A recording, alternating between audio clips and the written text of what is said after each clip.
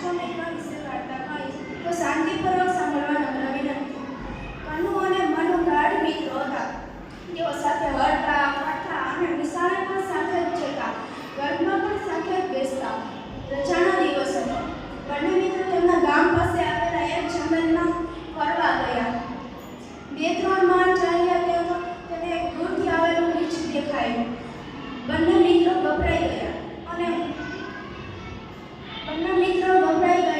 અને ત્યાંથી ભાગી જશે એટલો પણ તેમની પાસે સમય ન હતો. કનુને ઝાડ પર ચડતા આવડતું હતું, તેથી તે ઝાડ પર ચડી ગયો. મનુને ઝાડ પર ચડતા ન આવડતું હતું, તેથી તે એકાએક વિચારમાં પડી ગયો. તેને એક યુક્તિ સૂચી.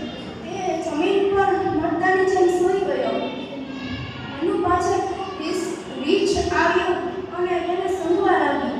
મનુ હલનચલન કર્યા વિના ચૂપચાપ પડ્યો રહ્યો.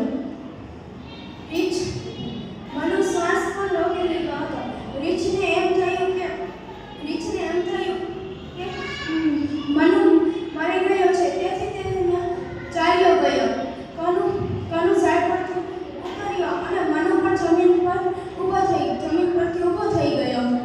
કનુએ મનુને પૂછ્યું કે દોસ્ત રીંછ તારા ગામમાં શું કહ્યું? મનુએ જવાબ આપ્યો, યુક્તિ પડે ત્યારે સાથ છોડી જનાર મિત્રોથી સાવચેત રહેજે.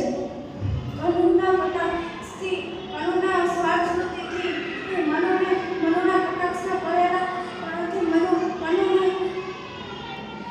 કનુને સમજાઈ ગયું અને ચૂપચાપ ઘરે પાછા મિત્રો આવી ગયા અને